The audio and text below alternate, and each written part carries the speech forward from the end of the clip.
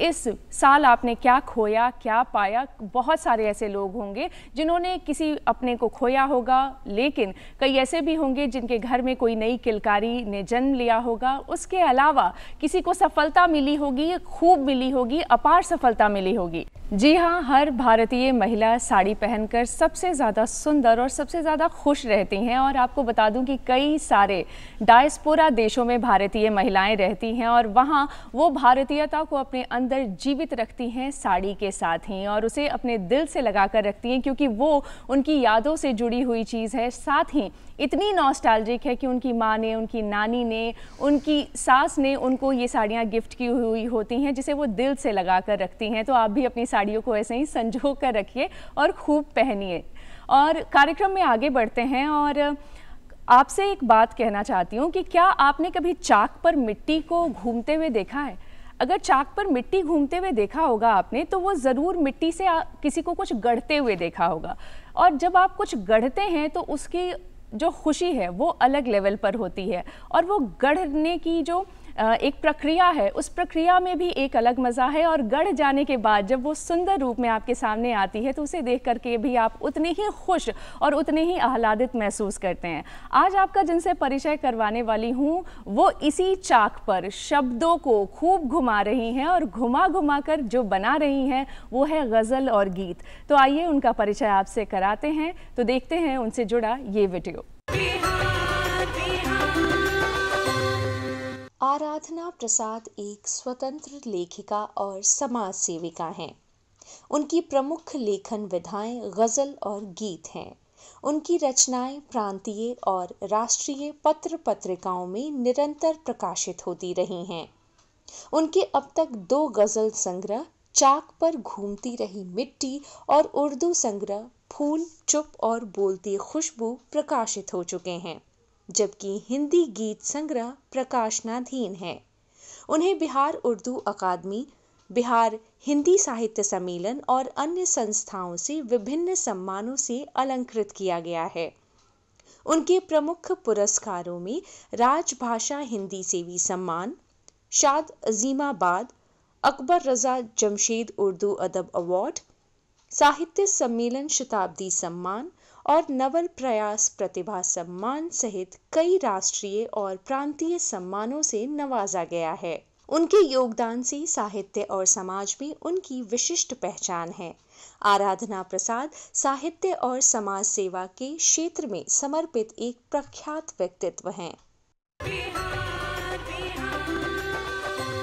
जी हाँ, तो आज स्टूडियोज़ में हमारे साथ खुद मौजूद हैं प्रसाद जी, जो समाज सेविका हैं, स्वतंत्र लेखन करती हैं, गज़ल लिखती हैं, गीत लिखती हैं, और साथ ही आपको ये भी बताना चाहती हूँ कि बहुत खूबसूरत गाती हैं। तो आइए मिलकर उनका स्वागत करते हैं। मैम, बहुत स्वागत है आपका हमारे कार्यक्रम में। साथ ही संगत करने वाले हमारे कलाकारों का भी हम स्वागत करना चाहते हैं। हमारे साथ कीबोर्ड पर हैं सुभाष चंद्र मिश्रा जी, आपका भी बहुत बहुत स्वागत है।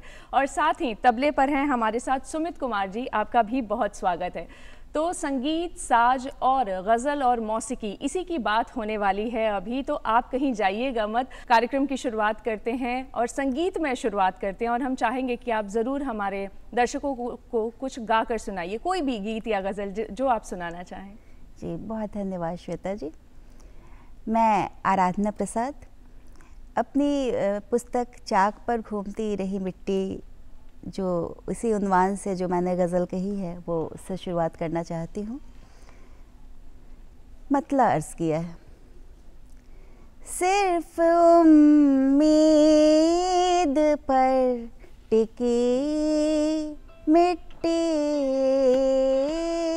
सिर्फ उम्मीद पर टिकी मिट्टी, कुछ नए ख्वाब देखती मिट्टी, सिर्फ उम्मीद पर टिकी मिट्टी। शेर समाप्त कीजिएगा। उड़ लो जितना यही तो आओगे, उड़ लो जितना यही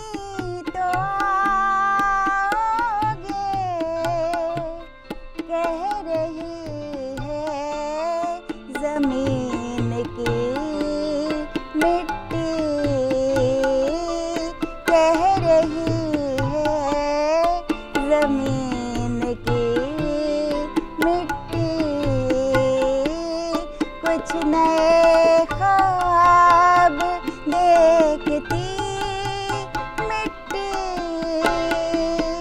सिर्फ उम्मीद पर टिकी मिट्टी। रौंद लो जितना ये हकीकत है, रौंद लो जितना ये हकीकत है। एक दिन सबको रौंदती मिट्टी, एक दिन सबको रौंदती मिट्टी। एक नई जिंदगी की चाहत में, एक नई जिंदगी की चाहत में, चाक पर घूमती रही मिट्टी, चाक पर घूमती रही मिट्टी, सिर्फ उम्मीद पर टिकी मिट्टी। क्या बात है, बहुत सुंदर, बहुत सुंदर। और मैम, बातचीत का सिलसिला शुरू करते हैं। कहाँ वनस्पति विज्ञान, कहाँ गज़ल, कहाँ गीत और उसके बाद फिर गायकी, ये कैसे हुआ? ये सब कुछ कैसे संभव होता हुआ आपको नज़र आता है? हमारे लिए तो बहुत सरप्राइजिंग है। दरअसल ऐसा है कि बचपन से ही मेरा संगीत से बहुत लगाव था, और इसका कारण है कि घर में एक आध्यात्मिक माहौल था और संगीतमय माहौल था एक, जहाँ घर में मेरे पिताजी को भी गाने का बहुत शौक़ था और मेरी बहनें भी, माँ भी, सब लोग संगीत से जुड़े हुए थे। तो एक उसी तरह का माहौल था, और पहले के ज़माने में जो रेडियो हमेशा सुनने का एक जो सिलसिला था वो तो था ही, और हम लोग बहुत गज़लें, गीत हमेशा घर में जो चलता रहता था, एक माहौल उसी तरह का बना हुआ था, भजन वगैरह, तो हम लोग गाते रहते थे। तो गाने से मेरा विशेष लगाव रहा शुरू से। तो मेरी साइंस में जबकि रुचि थी और मेरा साइंसी सब्जेक्ट रहा है, लेकिन उसके बावजूद मेरा जो संगीत से लगाव है वो कम नहीं हो पाया, और वो साथ साथ मेरा चलता रहा। और बाद में मैं गायकी और लेखन सबसे जुड़ती चली गई, और साथ साथ ये मैंने सबको एक समझिए तो जारी रखा। मैम, जब मैं आपके बारे में भी जानकारी एकत्रित कर रही थी तो समझ में आया कि थोड़ा सा समाज सेवा, उसके बाद थोड़ा साइंस, और उसके बाद एकदम अलग अदब की दुनिया में आप की एंट्री होती है। कैसे आप इन सभी चीज़ों को एक साथ जोड़ कर देख पाती हैं? जी, जहाँ तक साहित्य, समाज सेवा, ये सब सारी चीज़ें जो है वो आपके घर से ही इसकी शुरुआत होती है, और बचपन से जो आपकी जो शिक्षा दीक्षा होती है, तो या फिर आपकी जो परवरिश होती है, उसमें इन चीज़ों का बहुत बड़ा महत्व होता है। तो जिस तरह के मैं परिवेश में पली बढ़ी, तो उसमें समाज सेवा या फिर लोगों के प्रति जुड़ाव, या फिर एक कह सकते हैं आपके किसी को देखकर थोड़ा सा उसके प्रति जो भी हमारी सहानुभूति होती है, तो उससे है कि हम समाज के प्रति जागरूक भी होते हैं। और वो चीज़ें मेरे साथ शुरू से रही, जहाँ कभी मैं किसी को उदास दुखी देखती थी तो मुझे लगता था कि नहीं, मैं उनकी किसी तरह सहायता करूं। तो वो चीज़ें साथ साथ चलती रही, और वो चीज़ें अभी तक चल रही हैं। और जहाँ तक संभव हो पाता है, मैं लोगों की सहायता करना पसंद करती हूँ। और जहाँ मुझे कोई दुखी दिखता है, तो मैं जहाँ तक कोशिश हो पाती है मेरी, मैं उनकी सहायता करती हूँ, मदद करती हूँ। जी, यानी साहित्य से सहानुभूति तक आप आ गई, और इसी वजह से इतनी सुंदर आपने रचनाएं करनी शुरू की। कुछ और अगर आप हमारे दर्शकों को सुनाना चाहें, उसके बाद हम बातचीत का सिलसिला जारी रखेंगे। जी, मैं एक और गज़ल आप सभी के समक्ष रखती हूँ, देखिएगा। मतला अर्ज़ किया है। जो अपने फैसले पल पल बदलते रहते हैं, जो अपने फैसले पल पल बदलते रहते हैं।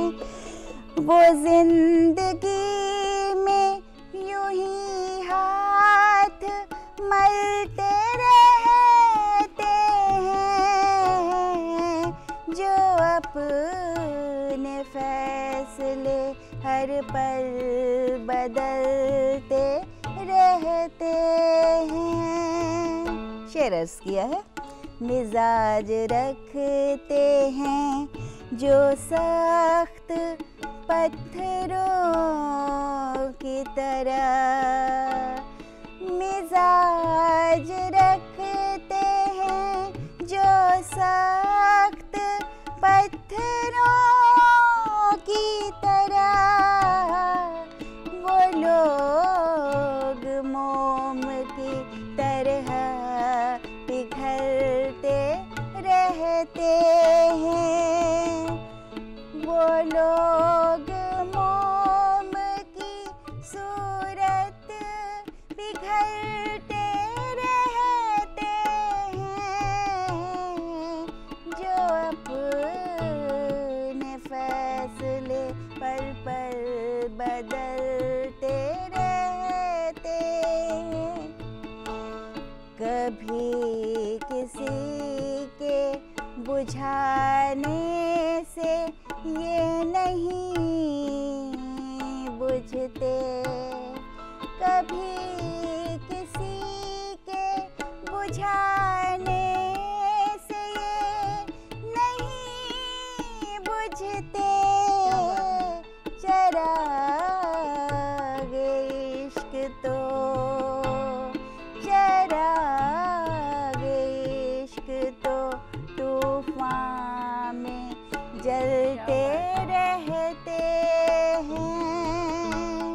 चरागे इश्क तो तूफान में जलते रहते हैं, जो अपने फैसले पल पल बदलते रहते हैं। आखिरी शेर अर्ज़ करती हूँ, समाप्त कीजिएगा। करीब से भी न पहचान पाए हम जिनको, करीब से भी न पहचान पाए हम जिनको, ये कैसे लोग हैं, ये कैसे लोग हैं, चेहरे बदलते रहते हैं, ये कैसे लोग हैं, चेहरे बदलते रहते हैं, जो अपने फैसले पल पल बदलते रहते हैं।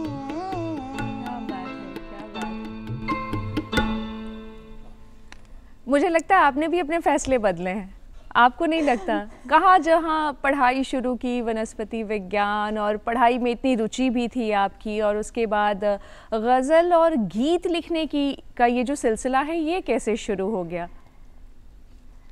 मेरी जो पढ़ाई लिखाई हुई वो तो विज्ञान विषय से हुई, लेकिन ऐसा हुआ कि मैं एक स्कूल में शिक्षिका भी थी। अच्छा। तो मैंने तकरीबन 12 साल मैंने पढ़ाया, और मैंने जीव विज्ञान, वनस्पति विज्ञान मेरा सब्जेक्ट था, तो मैंने जीव विज्ञान ही पढ़ाया। 9th-10th में मैं पढ़ाया करती थी।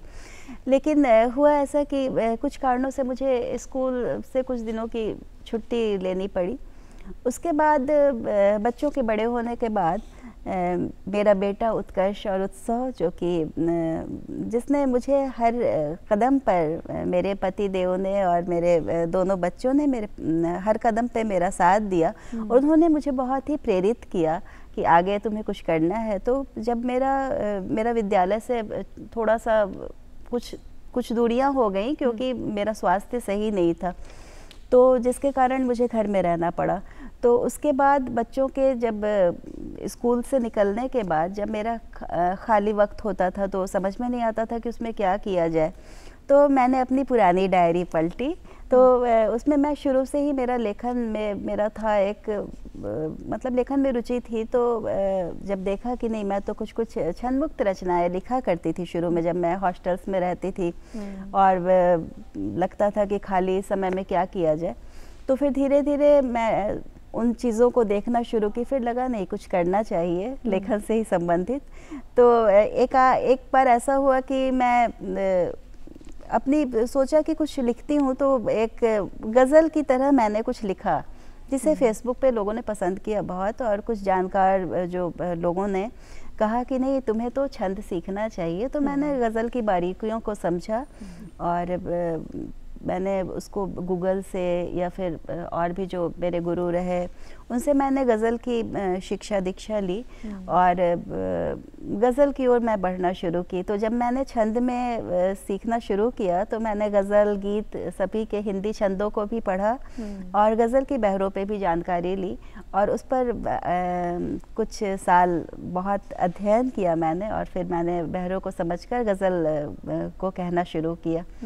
तो इस तरह गज़ल और गीत का लिखने का सिलसिला जो है वो एकदम स्क्रैच से शुरू किया आपने, एकदम शुरू से शुरू किया, और बेसिक्स को समझते हुए और उसका अध्ययन करते हुए। एक और बात समझना चाहती हूँ आपसे, चूँकि आपके विषय पर मैं वापस इसलिए भी जाती हूँ बार बार, क्योंकि फूल चुप बोलती खुशबू, ऐसे भी आपके संग्रह रहे हैं। तो कहीं ना कहीं लगता है कि वो फूलों से और पौधों से जो जुड़ाव है वो नज़र आता है आपकी लेखनी में। लेकिन मूलतः आप किन विषयों को ज़्यादा अपने लेखन में रखती हैं प्रमुखता से? जी, ऐसा है कि मैं किसी ख़ास एक विषय से तो नहीं बहुत जुड़ी रहती हूँ। कभी मैंने मोहब्बत की शायरी की, तो कभी मैंने समाज के जो दलित वर्ग हैं, पिछड़े वर्ग हैं, उन लोगों को अपने सामने रखा।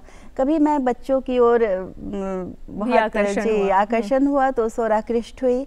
तो कभी मैंने बड़े बूढ़ों की तरफ देखा तो उन लोगों पे भी कुछ लिखा। तो मैं समाज के हर वर्ग के लोगों और समाज में जो अच्छाइयाँ हैं, जो बुराइयाँ हैं, या फिर जो ज़िंदगी से जो संबंधित जो चीज़ें हैं, उन पे मैं लिखना बहुत पसंद करती हूँ। और इस तरह से सभी विषयों को मैं अपने दायरे में समेटना चाहती हूँ। और इस तरह से जो भी मेरे सामने जो चीज़ें मैं देखती हूँ उसे मैं महसूस करती हूँ, और उसे मैं फिर अपने कागज़ पे उकेरती हूँ। जी, कुछ और जो आपने उकेरा है वो जो अगर आप हमें सुनाना चाहें? जी, अगर गीत सुनाना चाहें तो वो भी सुना सकते हैं। जी, तो गीत की ही शुरुआत करती हूँ। तो देखिएगा, गीत आपने कहा तो एक गीत देखिएगा। दिया एक जलाएं, दिया एक जलाएं, अगर तुम कहो तो दिया एक जलाएं, अगर तुम कहो तो अंधेरा मिटाएं, अगर तुम कहो तो दिया एक जलाएं, अगर तुम कहो तो अंधेरा मिटाएं, अगर तुम कहो तो कनक रश्मिया जो झरोखे से आई, वो शुभ प्रात संदेश सूरज कलाई, कनक रश्मिया जो झरोखे से आई, वो शुभ प्रात संदेश सूरज कलाई, वो शुभ प्रात संदेश सूरज कलाई। हो जगमग, हो जगमग दिशाएं, अगर तुम कहो तो, हो जगमग दिशाएं, अगर तुम कहो तो अंधेरा मिटाएं, अगर तुम कहो तो। है आंचल सा उड़ता हुआ जो गगन में, वो बादल है मोती बिखेरे चमन में, है आंचल सा उड़ता हुआ जो है बादल वो मोती बिखेरे चमन में, वो बादल है मोती बिखेरे चमन में। हाँ शबनम, हाँ शबनम सजाए अगर तुम कहो तो गजल गुनगुनाए, अगर तुम कहो तो दिया एक जलाए, अगर तुम कहो तो। क्या बात है। जितना सुंदर गज़लों को आप रखती हैं उतनी ही सुंदर तरीके से आपने गीत को भी गाया है। एक और बात समझना चाहती हूँ आपसे, क्योंकि जो भी लोग रचनाक्रम का हिस्सा बनते हैं और इस प्रक्रिया में आते हैं वो किसी ना किसी से ज़रूर प्रभावित होते हैं, थोड़ा इंस्पिरेशन ज़रूर लेते हैं। आप किससे इंस्पायर हैं या किसकी रचनाओं को पढ़ना या सुनना आप ज़्यादा पसंद करती हैं? जी, प्रेरणा के तो मुख्य स्रोत घर में ही मेरी दीदी हैं, वो बहुत उनसे मैं प्रेरित हुई, जो कि शुरुआती दौर से ही जिनका गज़लों से गीतों से बहुत लगाव रहा। वो शेरो शायरी भी करती थी, वो भी विज्ञान की ही छात्रा रह चुकी हैं। और वैसे भी मैं जो भी रचनाएं कहते थे उन लोगों से मैं बहुत प्रभावित होती थी कि वो कैसे लिखते हैं, क्योंकि मैं छंदमुक्त लिखा करती थी। बचपन से ही मेरी जो कविताएं हैं वो पत्र पत्रिकाओं में आती रही हैं, और बाद में दूरदर्शन और रेडियो से तो काफ़ी लंबा मेरा बहुत पहले का पुराना जुड़ाव है। तो आसपास के लोगों से मैं सभी से प्रभावित हुई, लेकिन जो एक शायर हैं साहिर लुधियानवी, उनसे मैं बहुत प्रभावित रही, उनकी रचनाओं से ही, उनकी गज़लों से, उनकी नज़मों से, जिन्होंने बहुत ही खूबसूरत ढंग से अपनी बातें रखी। और हमारे वो उन्होंने सभी विषयों पे शायरी की, नज़में कहीं, जो हमारे समाज के लोग हैं, जो भी जो समाज में बुराइयां हैं, हाँ, या जो अच्छाइयां हैं सबके लिए जी, और या फिर मोहब्बत की शायरी भी बहुत उन्होंने की। तो उनके जो कुछ उनकी जो कुछ गज़लें हैं या फिर गीत हैं जो कि फिल्मों में भी काफ़ी वो बिल्कुल छाए रहे, और युवा वर्ग के लोग ख़ास करके उनको बहुत पसंद किए। उनके गीतों में जैसे कि मैं पल दो पल का शायर हूँ बहुत ही प्रसिद्ध हुआ, या फिर उनके भी और भी जो गीत हैं कि कभी खुद पे कभी हालात पे रोना आया, और फिर जैसे कि मैं ज़िंदगी का साथ निभाता चला गया। तो इस तरह की बहुत सारे इस तरह के जो गीत हैं उन्होंने फिल्म में दिया और बहुत ही प्रसिद्धि भी पाई। और उनकी नज़में हैं जैसे कि वो सुबह कभी तो आएगी, हाँ। जी ये है, या फिर मैंने चांद और सितारों की तमन्ना की थी जी। तो इस तरह की बहुत सारी जो है प्रसिद्ध नज़में उन्होंने फिल्म जगत को दी। और इस तरह से इतनी अच्छी उनकी शायरी, और कभी कभी मेरे दिल में ख्याल आता है, या फिर मिलती है ज़िंदगी में मोहब्बत कभी कभी, या फिर देखिएगा कि जो पुरानी जो एक पुराना जो गाना है कि तदबीर से बिगड़ी हुई तकदीर बना ले जी। तो इस तरह से बहुत सारे उन्होंने गीत, कई सारी रचनाएं हैं। चूँकि आप उनके बारे में इतने प्रेम से बता रही हैं, कभी आपने खुद सोचा क्या कि कोई गीत आप भी फिल्मों के लिए लिखें, या उस तरफ भी जाने का कभी सोचा या मन करता है अंदर से? देखिए, मन तो करता है, और मेरी गज़लों को कुछ गज़ल गायकों ने, जैसे अदनान सालिम वगैरह ने, अच्छे गज़ल गायकों ने उन्होंने गाया भी है। तो अभी तक 3-4 गज़ल गायकों ने गाया भी है, और अभी एक प्रसिद्ध शायर भी हैं जो कि विदेश में है, उन्होंने भी मेरी गज़लों की मांग की है, उन्होंने भी मांगा है और कहा है कि वो अगली अब जो उनकी गज़ल होगी वो मेरी कंपोज करेंगे। तो इस तरह से ये कंपोजिशन जो है अन्य गज़ल गायकों के द्वारा किया जा रहा है, तो अच्छा लगता है। हाँ, तो आगे और बस आगे बढ़ते रहना है, और आगे देखते हैं कि क्या क्या होता है। क्योंकि आप खुद लिखती हैं, गाती भी हैं, लेकिन ये अगर कॉम्पोजिशन की तरह अगर बन जाए तो फिर ये और लोग इसको ज़्यादा से ज़्यादा सुन पाएंगे, एक रास्ता उस तरफ भी बन पाएगा। कुछ और अगर आप हमारे दर्शकों को सुनवाएं तो। जी, मैं एक और गज़ल आप सभी के सामने रखती हूँ, देखिएगा। जी, एक मतलब एक शेर के बाद एक गज़ल रखती हूँ, पहले एक मतलब और एक शेर देखिएगा।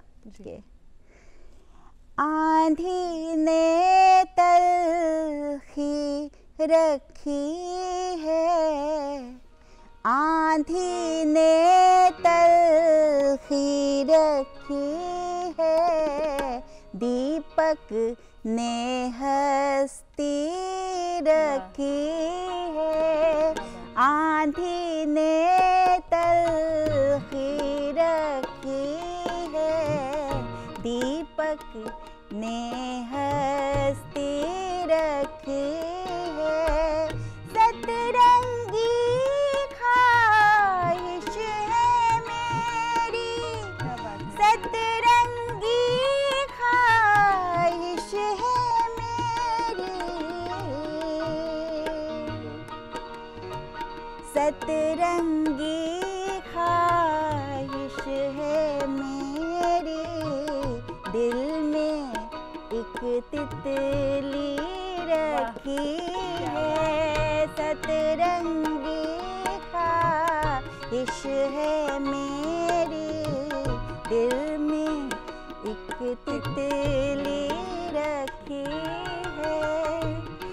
और एक गज़ल और देखिएगा, आप सभी के समक्ष रखती हूँ। एक मतला चंद शेर है कि जी देखिएगा कि मतला अर्ज़ किया है, हम उड़ती सदाओं को, हम उड़ती सदाओं को इस ओर बुला लेंगे, हम उड़ती सदाओं को इस ओर बुला लेंगे, हम उड़ती सदाओं को इस ओर बुला लेंगे, हम उड़ती सदाओं को इस ओर बुला लेंगे, रुख मोड़ हवाओं के, रुख मोड़ हवाओं के खुशबू को चुरा लेंगे, रुख मोड़ हवाओं के खुशबू को चुरा लेंगे, हम कैसे परिंदे हैं पहचानो जरा हमको, हम कैसे परिंदे हैं पहचानो जरा हमको, तुम पंख जो,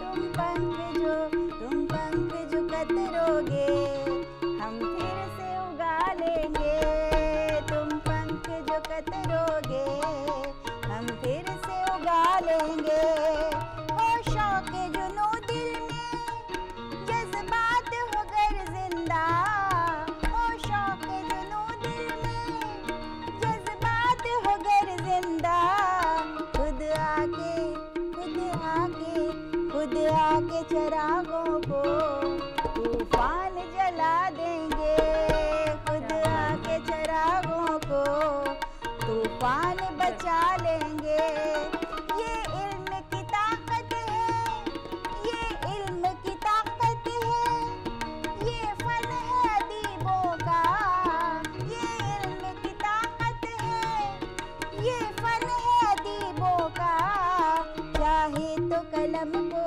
भी, चाहे तो कलम को भी तलवार बना लेंगे, चाहे तो कलम को भी तलवार बना लेंगे, अंगारों पे चलने से क्यों हमको डराते हो, अंगारों पे चलने से क्यों हमको डराते हो, हम अपनी, हम अपनी, हम अपनी हथेली पे, हम अपनी हथेली पे सूरज को उगा लेंगे, हम अपनी हथेली पे सूरज को उगा लेंगे, हम उड़ती सदाओं को इस ओर बुला लेंगे, रुख मोड़े हवाओं के खुशबू को चुरा लेंगे। बहुत खूब अनुराधा जी। और एक और बात आपसे समझना चाहती हूँ कि आप साइंस पढ़ा आपने, लिटरेचर तो पढ़ा ही, हिंदी भी, ये उर्दू का शौक़ कैसे चढ़ा और उसमें फिर एक पूरा का पूरा गज़ल संग्रह लिखना, ये वाकई बहुत मुश्किल है किसी बिगिनर के लिए, किसी नए के लिए जिसने शुरुआत की हो। कितना मुश्किल था और कितना मज़ा आता है उर्दू के साथ? अब देखिए, एक तो मेरी जो चाक पर घूमती रही मिट्टी वो हिंदी में गज़ल संग्रह है, तो मेरी उर्दू में शुरू से ही, बचपन से ही बहुत रुचि रही, उर्दू साहित्य में बहुत रुचि रही मेरी, तो एक माहौल भी उस तरह का मुझे मिला शुरू से। और फिर उसके बाद मैंने एक हम लोगों की राजभाषा में क्या हुआ कि कोरोना इसके लिए हम लोगों के लिए एक वरदान साबित हुआ, और राजभाषा से उस समय एक कोर्स की शुरुआत हुई जो कि ऑनलाइन हुआ करती थी। ऑफलाइन कोर्सेज चल रहे थे, लेकिन उसके बाद फिर ऑनलाइन की शुरुआत हुई, जिसमें नूर आलम सर ने घर पे ही रहकर हम लोगों को शिक्षा देनी शुरू की। तो इस तरह से उर्दू की पढ़ाई हुई, और उर्दू में मैंने कोर्स किया, और फिर उर्दू की मेरी किताब जो है फूल चुप और बोलती खुशबू भी अब आ चुकी है, मंजर आम पर शाया हो चुकी है, तो इसका भी आप लोग लुत्फ ले सकती हैं। तो इस तरह से ये तो बड़ा मुश्किल लेकिन रहा होगा कि आप तुरंत, and you are I think very quick also, कि आप तुरंत चीज़ें सीख लेती हैं एंड फिर उसको इम्प्लीमेंट कर पाना, क्रियान्वयन कर पाना बहुत मुश्किल होता है। भाषा तो सीख गए, लेकिन उसका उपयोग कर पाना और उस एक समझ के साथ उसे कहीं रख पाना उस शब्द को, ये ज़रा मुश्किल होता है, लेकिन आपने बहुत जल्दी कर लिया। जी, ऐसा है कि जो मेरी शुरुआत ही हुई वो मतलब गज़ल लेखन से जो है, वो मैंने बाहर जो घर के बाहर जो एक कदम रखा, वो मुझे वेस्ट बंगाल उर्दू एकेडमी से मेरे ख्याल से 14 के करीब बुलाया गया था। तो उसके बाद से मैंने वेस्ट बंगाल उर्दू एकेडमी और मैं बिहार उर्दू एकेडमी से हमेशा से जुड़ी रही। तो मुझे यहाँ उर्दू राजभाषा ने भी और बहुत उन्होंने मुझे सपोर्ट किया, और हमेशा जो एकेडमी से या अच्छे लोगों से जो जुड़ना हुआ वो मेरे लिए बहुत ही वरदान साबित हुआ। और मैंने अपनी इस तरह से अपनी जो उर्दू की जो शायरी है या फिर जो लेखन है उसको मैंने बढ़ाया, और मेरा उसी तरह से हिंदी से भी बेहद लगाव रहा। तो हिंदी और उर्दू का एक सामंजस्य मैंने बैठाया, क्योंकि उर्दू में मैं पहले से मुक्तक छंद वगैरह कहा करती थी, वो शुरू से ही कहा करती थी, लेकिन गायकी का एक शौक़ रहा तो मैं गज़ल की ओर भी मुड़ी और उसे भी मैंने सीखा। तो छंद और गज़लों का जो एक सामंजस्य हुआ वो बहुत ही अच्छा रहा मेरा, और यहाँ बिहार हिंदी साहित्य सम्मेलन से मैं जुड़ी हुई हूँ। तो दोनों जगह ही मेरा बराबर से जुड़ना जी, है, और कई सारे सम्मान भी आपने अपने नाम किए हैं। अनुराधा जी, एक और बड़ा सवाल आपसे समझना चाहती हूँ। बड़ा सवाल इसलिए क्योंकि अभी के बदलते समय में और जब से सोशल मीडिया आया है, कई सारे लोगों ने ओपन माइक्स करना शुरू किया है, जहां कई सारे लोग खूब सारी कविताएं कह रहे हैं, गज़लें कह रहे हैं, नज़्म अपनी अपनी लेकर आ रहे हैं। आप उन सभी लोगों को कैसे देखती हैं, और क्या ऐसा लगता है कि जिसमें सुधार की ज़रूरत है? क्योंकि कई बार लोगों को लगता है कि हम किसी छंद में किसी चीज़ को पढ़ रहे हैं, वाहवाही मिल रही है तो अच्छा लग रहा है, लेकिन अगर हम उसे लॉन्ग टर्म में देखें कि अगर आप उस विधा में कुछ करना चाहते हैं तो कितना उसमें समय देने की ज़रूरत है और कितना उसको सीख कर और समझ कर पढ़ने की ज़रूरत है? जी, ओपन माइक का तो सिलसिला चल पड़ा है, और इसमें युवा जो वर्ग है वो भ्रमित भी बहुत हो रहे हैं। तो जैसे कि सीखना तो बहुत अच्छी चीज़ है, और अगर युवा वर्ग लेखन की ओर बढ़ रहे हैं तो इससे अच्छी बात और क्या होगी। लेकिन चीज़ों को सीखने की ज़रूरत है। अगर हम कुछ थोड़ी सी चीज़ें या फिर गलत चीज़ें कह रहे हैं या फिर छंद बिना सीखे अगर ऐसे ही पढ़ें और उसमें वाहवाही मिल रही है, तो ये तो हमें मतलब अलग तरीके से उसको लोग ले रहे हैं, और उसमें अगर सोच रहे हैं कि नहीं हम तो बहुत अच्छा कर रहे हैं, हमें सीखने की बहुत ज़रूरत नहीं है, लेकिन हमें सीखने की ज़रूरत है। और सीखना तो ज़िंदगी भर की चीज़ है, ये सीखना, और ज़िंदगी भर इसका सिलसिला चलता रहता है। तो मैं युवा वर्ग को यही कहना चाहूँगी कि उस पर काम करने की ज़रूरत है। आप किसी अपने सीनियर को ज़रूर उस चीज़ को दिखाएं, और वो छंद में लिखें उस चीज़ को। अगर आप में प्रतिभा है और अगर आपके पास भाव है तो आप उसको छंद को सीखिए और छंद में उस चीज़ को कहिए, तो वो चीज़ें जो हैं वो सभी के लिए एक बहुत ही अच्छा, वो हमारे समाज को भी नई दिशा देंगी और एक आपकी पहचान कायम हो पाएगी। जी जी, और साहित्य को भी कुछ नया मिलेगा, कुछ नया मिलेगा। और आप एक लिविंग एग्जाम्पल हैं। आपने बहुत लेट चीज़ें सीखी और फिर उसको इम्प्लीमेंट किया, और लगातार आप उस प्रक्रिया का हिस्सा हैं। कुछ और अगर आप हमारे दर्शकों को सुनाना चाहें तो, क्योंकि हमारी आज की सुबह जो है वो बहुत सुंदर बन गई है, गीत गज़ल चल रही है, इसलिए हम चाहते हैं कि कुछ और अगर आप हमें सुनाना चाहें। जी ज़रूर। बचपन से ही मैं जैसे कि लिखा करती थी, तो लिखने का तो मेरा शुरू से ही रहा है, लेकिन वो छंद मुक्त रहा करता था। लेकिन मैंने उस चीज़ों को फिर सीखा, छंदों को, और फिर उसको फिर मैंने शब्दों को छंद में ढालना शुरू किया। तो एक और गज़ल जो कि मैं आप सभी के समक्ष रखना चाहती हूँ, देखिएगा।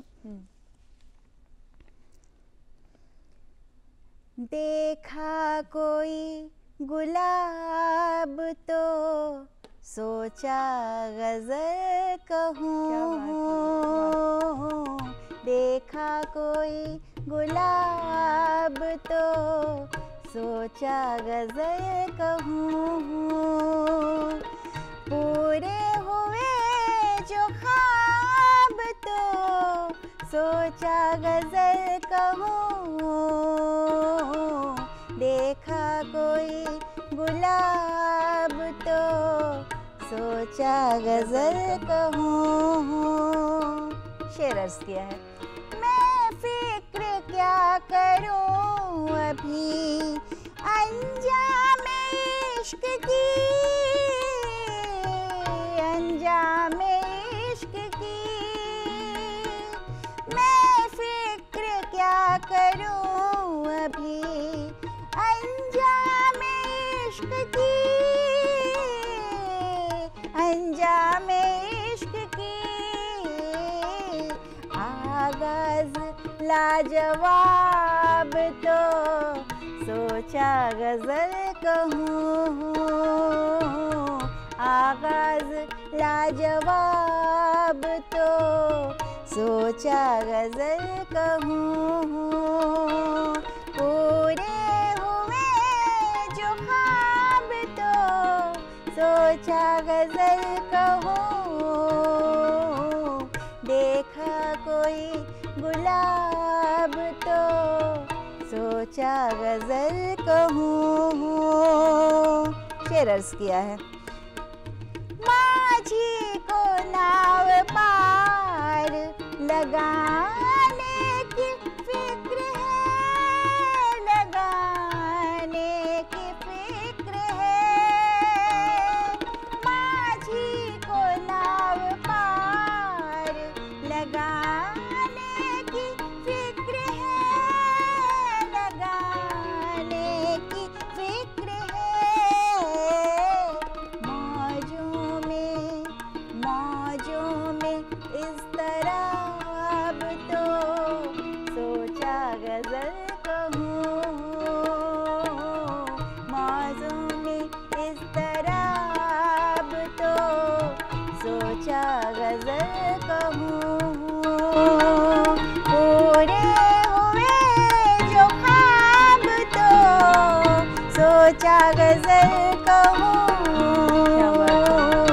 देखा कोई गुलाब तो सोचा गजल कहूँ।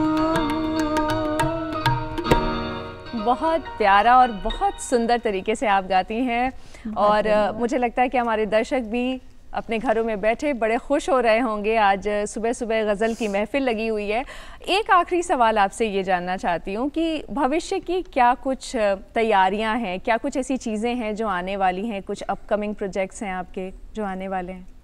जी, भविष्य के लिए तो योजनाएं हैं और 25 में मैं चाहती हूँ कि मेरी एक और गीत की किताब एक मैं चाहती हूँ। हाँ, तो गीत की एक किताब आए और बच्चों के लिए मैं एक कुछ लिखना चाहती हूँ। बच्चों के लिए भी, बच्चों का साहित्य कुछ हो तो बच्चों की कविताओं का भी एक संग्रह लाना चाहूँगी। तो ये दो चीज़ें तो अभी मेरे दिमाग में है कि ये चीज़ें 25 में ज़रूर आए जी। और गज़लें तो मेरी अभी करीब एक गज़ल संग्रह के लिए इकट्ठी हैं, लेकिन पहले मैं उसके गीत संग्रह और एक बच्चों का साहित्य ज़रूर लाना चाहूँगी। उसके बाद फिर मैं गज़ल का नेक्स्ट मजमुआ जो है वो आप लोगों के सामने जी बिल्कुल, और हमें एकदम इंतज़ार रहेगा और हम वेट करेंगे इस चीज़ का कि 2025 में आपकी कुछ और रचनाएं हमें पढ़ने को मिलें, सुनने को मिलें, खुद आपसे सुनने को मिले तो और भी ज़्यादा मज़ा आ जाएगा। जी बहुत शुक्रिया। अनुराधा प्रसाद जी, आप हमारे स्टूडियोज़ आई, हमारे दर्शकों के लिए आपने इतना वक्त निकाला, आपने हमारी सुबह को इतना सुंदर बनाया, इसके लिए आपका बहुत बहुत धन्यवाद। तो आज के कार्यक्रम में बस इतना ही। अगली सुबह हम फिर 8 बजे आपके समक्ष उपस्थित हो जाएंगे एक और नए विषय के साथ और उसके साथ कई सारी और नई बातों के साथ। तब तक के लिए आप देखते रहिए डीडी बिहार। नमस्कार।